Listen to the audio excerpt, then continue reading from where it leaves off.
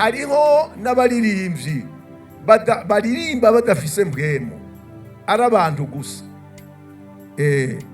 Nigeze kuja mu gihugu kimwe mu 2005 tugitanguza ubutumwa bwiza mu bihugu byo hanze, hariya ku Mugara bashizemwo barandungika hariya, nasenga hamwe impande urusengero rwacu ko twatangura gukota ibirasi.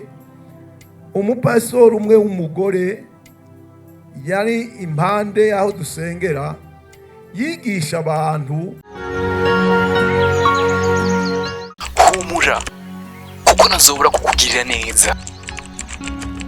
Urukundo rurihangana, urukundo rugira neza.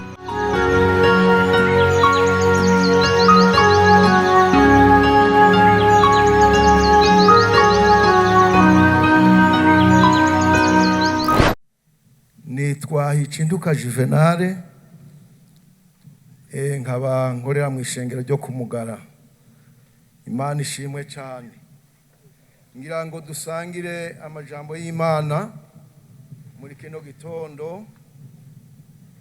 Dusome mu gitabo cy'ubutumwa bwiza bwa Yesu Kristo uko bwanditswe na Yohana, igice ni ca 4.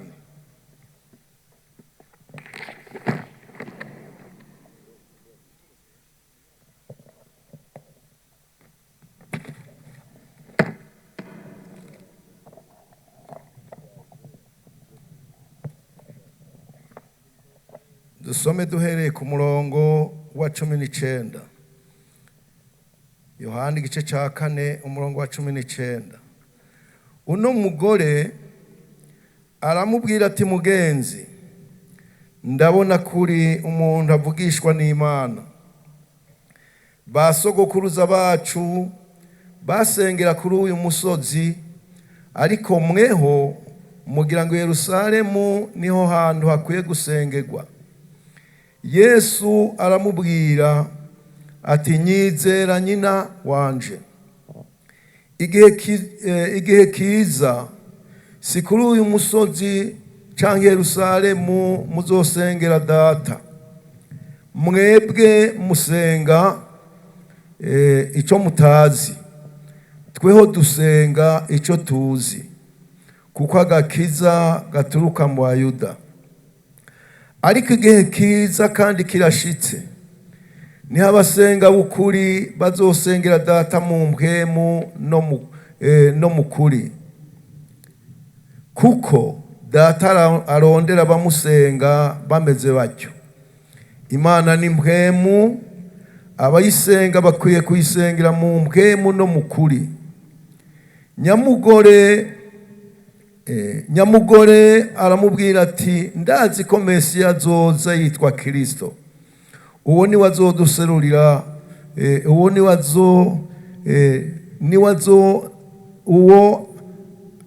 ahazozira ni wazoduserurira byose.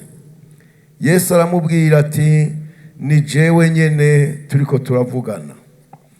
N'aya majambo y'Imana numva twosangira muri kano kanya canke muri kino gitondo.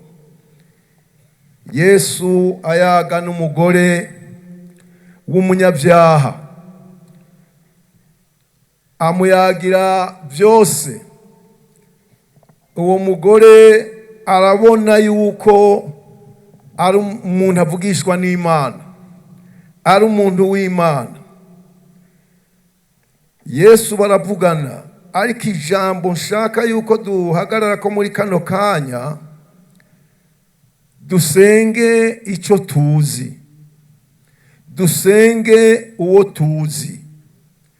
Uyu mugore yarazi gusenga naho yari umunyabyaha, yarazi aho basengera, kandi yarazi yuko Mesiya azoza, ariko ntiyari umunyakuri, ntiyasenga mu kuri. Dusenge mu kuri. Muri iki gihe Imana iduteye iteka, dukwiye kumenya neza ko ari Imana itugirira imbabazi kuba turiho. kuba turi mu gakiza. Rero twomenya yuko hariho abasenga bukuri n'abasenga atarabukuri. Dusenge mu kuri, ugusenga kukuri, ugusenga kukuri, gusenga mu kuri. Uyu mugore yaravuganye na Yesu, hajya ku murongo wa 21. Yesu aramubwira ati, nyizera nyina wanje, igihe kuza kuza kandi kirashitse, si kuri uyu musozi gusa bazosengera, ariko igihe kiraje, hariho abantu bazosenga bagasengera Data mu mpwemu no mu kuri. Mu gusengera mu mpwemu no mu kuri, kuko Imana irondera abayisenga bameze batyo, basengera Data mu mpwemu no mu kuri. Uyu munsi iyi myaka tugezemwo sico kimwe n'imyaka aba missionnaire b'abazungu bari bakituzanira ubutumwa bakibushikana hano. Ico gihe abakiriye ubutumwa bagasenga, uravye ugereranije n'abubu usanga batandukanye. Kuko nahora numviriza umutamakazi canke abatamakazi basenga, yarasenga akinginga Imana, ukumva ko ari karasenga, ukumva yuko umenga ari karavugana n'uwo biri kumwe babonana. Abasenga bukuri basengera Data mu mpwemu no mu kuri. Uyu munsi hariho abantu bavuga Yesu, ukamenga bari mu mpwemu, ukamenga bari mu kuri, ariko ari abanyabyaha. Birashika nako barimwo, naho mubona dukoranye nguko. Ariko namburimwo muri uyu mwanya wo gusenga Imana, waje mu gikorane nk'iki, wipfuze gusenga Imana, uyisengera mu mpwemu no mu kuri, kuko Imana irondera abayisenga bameze batyo. Umuntu wese adasenga Kristo gutyo, adasenga Imana gutyo, apfa gusenga ariko azohusha ijuru. Hajya hari abantu bariho umengana wa Kristo. Hariya Yuda yarabavuze ko dusomye mu gitabo cyanditswe na Yuda gatoya, twohasoma. Yuda murabona n'igice kimwe, dusomere urya murongo wa 19. Aho Yuda ariko aho tutaharetse, umurongo wa 19 havuga ngo, abo nibo bazana kwirema ibice, n'abantu gusa ntibafise mpwemu. Hariho abantu gusa, hariho abantu gusa ariko badafise mpwemu. Abantu bakwiye gusenga barongowe na mpwemu yera. Iryo banga twararihishuriwe, twararimenye.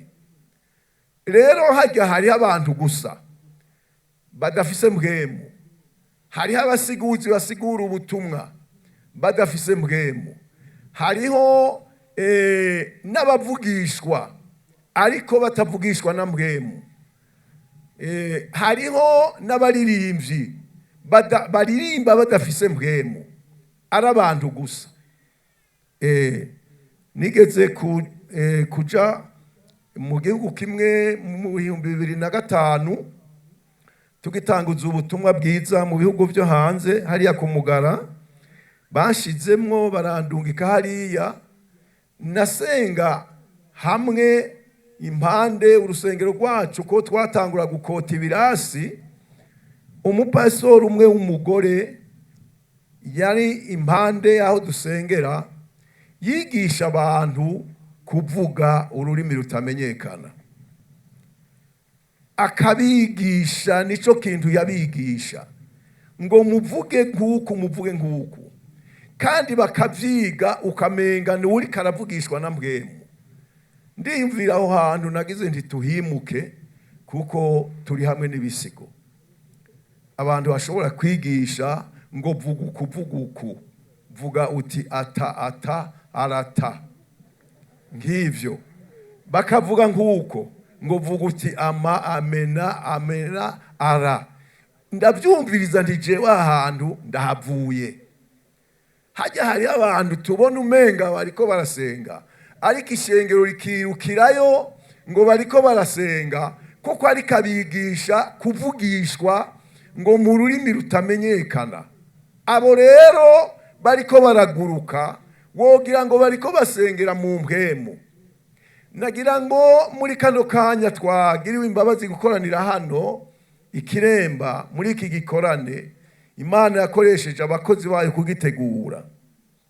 Tumenye ko hari itandukaniro ry'abasenga b'ukuri n'abasenga b'umubiri gusa batagira mpwemu. Abantu gusa ariko atari abakristo. Cyo bundi twahuye n'umuntu turiko turayaga ivy'Imana. Ndamubwira nti ariko wewe uri umukirisu. Ngoya ngo kunyisa umukirisu ngutanyisa umukristo. Ndakwita umukristo kandi waborewe. Naho uri kurasenga uvuga herabu uri kunywa ibintu biboreza. Ngoya nunyita umukristo. Hariho abakristo, hariho n'abatari abakristo.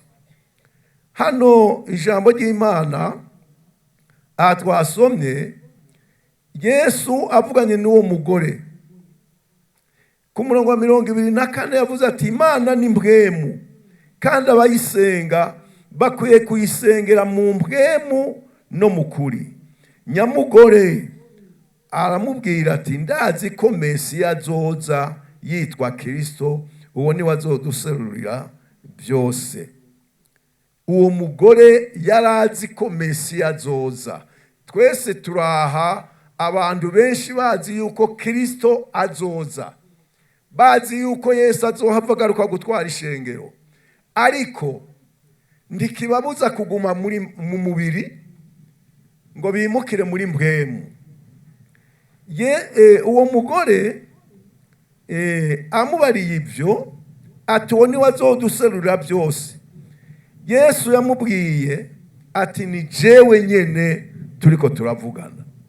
Nagira ndakubwire muri kano kanya Imana yakugiriye neza ukaza mu gikorane waje kuvugana na Yesu. Dusabe umuntu wese yumve by'ukuri ko akwiye guhinduka kujya yarari agasengera Imana mu mpwemu no mu kuri, mu buryo bwiza bwo gusenga. Ukaba muri mpwemu kandi ukaba umunyakuri, udasenga nk'umunyamubiri. Aya niyo majambo y'Imana numva twosangira muri iki gitondo.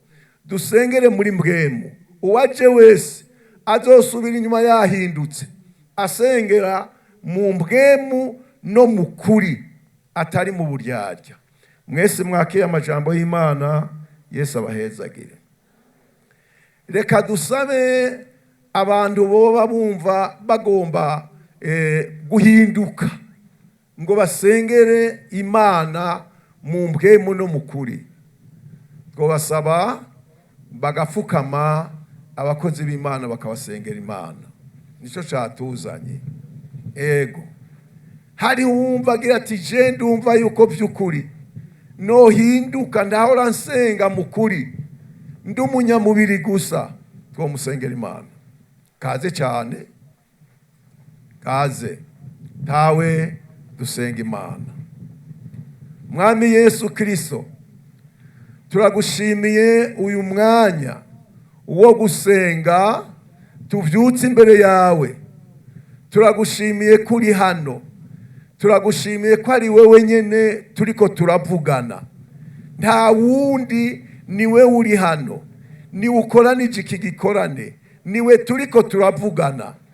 Hingurira ishengero, abantu barimwo bo bari abantu gusa badafise mpwemu, ariko bagakoranira hano bama bagira ngo bariko basenga Imana ariko ari abantu b'umubiri gusa, ari abantu gusa. Ubahindure kuko hatwaje ngo tuhahindukire, dutumbere Imana neza, dutumbere Imana nyakuyitumbera, dusengera mu mpwemu kandi dusengera mu kuri, kuko hani wewe turiko turavugana. Ishengero ryose urigirire neza. Urakoze Mana kuri kumwe n'ishengero ryawe, mu izina ry'umwami wacu Yesu Kristo, amen. Turagushimiye iki gitondo c'imbabazi, turagushimiye ubuntu wongeye kutugirira. Wateranije iri shengero udukuye hirya no hino kugira ngo twumve y'amabanga y'ijuru. None Mana, ijambo ryawe riramaze kuvugwa, ngaba baraguciriye bugufi, hari vyabatsinze birimbuye, biravye mu kirore c'ijambo ryawe, basanga bagenze uko bidakwiye, basanga bahora basenga uko utariko. None Mana, baraguciriye bugufi, uyu mwanya turabasengeye iki gitondo c'imbabazi. Nubezeshe y'amaraso y'igiciro, ubaharira ivyaha n'ibigabitanyo, ivyo utuma amasengesho yabo atakushikira.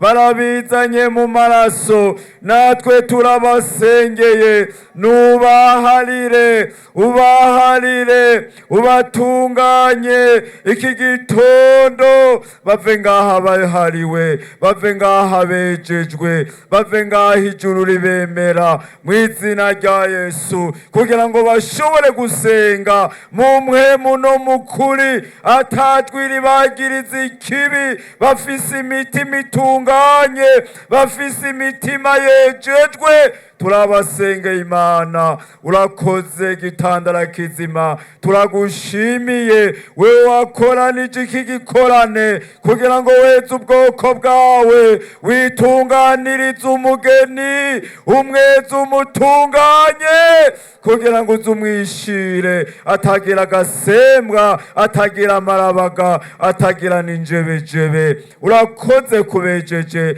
urakoze kubatunganije, nuko vyose tubisavye twizeye mu izina ry'umwami wacu Yesu Kristo, amina.